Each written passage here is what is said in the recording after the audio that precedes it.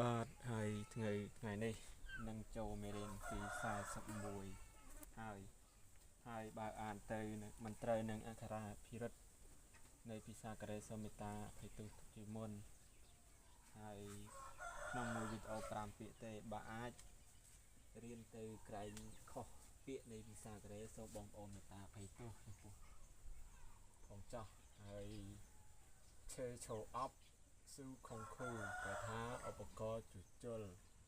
ថាឧបករណ៍ជួសជុលសម្រាប់ឧស្សាហកម្មហ្នឹងឧស្សាហកម្មអត់ទេឧស្សាហកម្មបងហើយ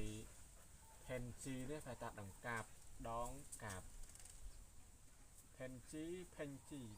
ថាដងកាប់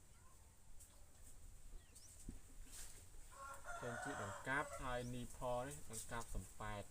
ដងកាប់សំប៉ែតអាហ្នឹងហើយ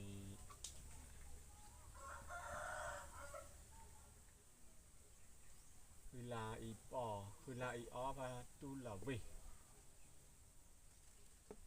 គឺឡាអ៊ីអដង្កាប់មុខស្រួចគឺឡាអ៊ីអដង្កាប់មុខស្រួចគឺឡាអ៊ីអដង្កាប់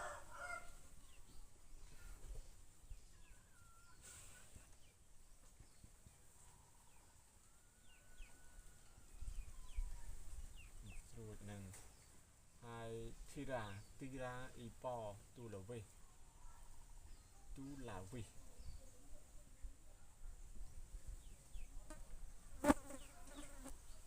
ហើយ Kida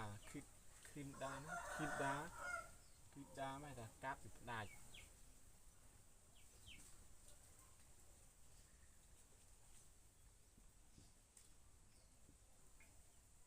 ហើយឈើចូលអប់ស៊ូខុងខូឧបករណ៍ជួសជុលសម្រាប់ឧស្សាហកម្ម Penji ដង្កាប់ Nipo ដង្កាប់សំប៉ែតគឺឡាអ៊ីអនឹងដង្កាប់មុខស្រួច Tira អ៊ីប៉ទូឡាវីហើយ Kida នឹងកាប់ដាច់